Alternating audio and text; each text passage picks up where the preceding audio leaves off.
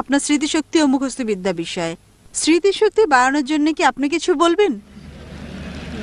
বোন, আপনি বললেন আমার স্মৃতিশক্তির ব্যাপারে, এটা আল্লাহ সুবহানাহু ওয়া তাআলার দয়া। স্মৃতিশক্তি নিয়ে কোরআনে কোনো আয়াত আছে কি না, লোকজন এই বিষয়ে আমাকে প্রশ্ন করলে যে আমার রহস্য কি। আপনার কি কম্পিউটার মেমোরি? রহস্যটা কি? রহস্যটা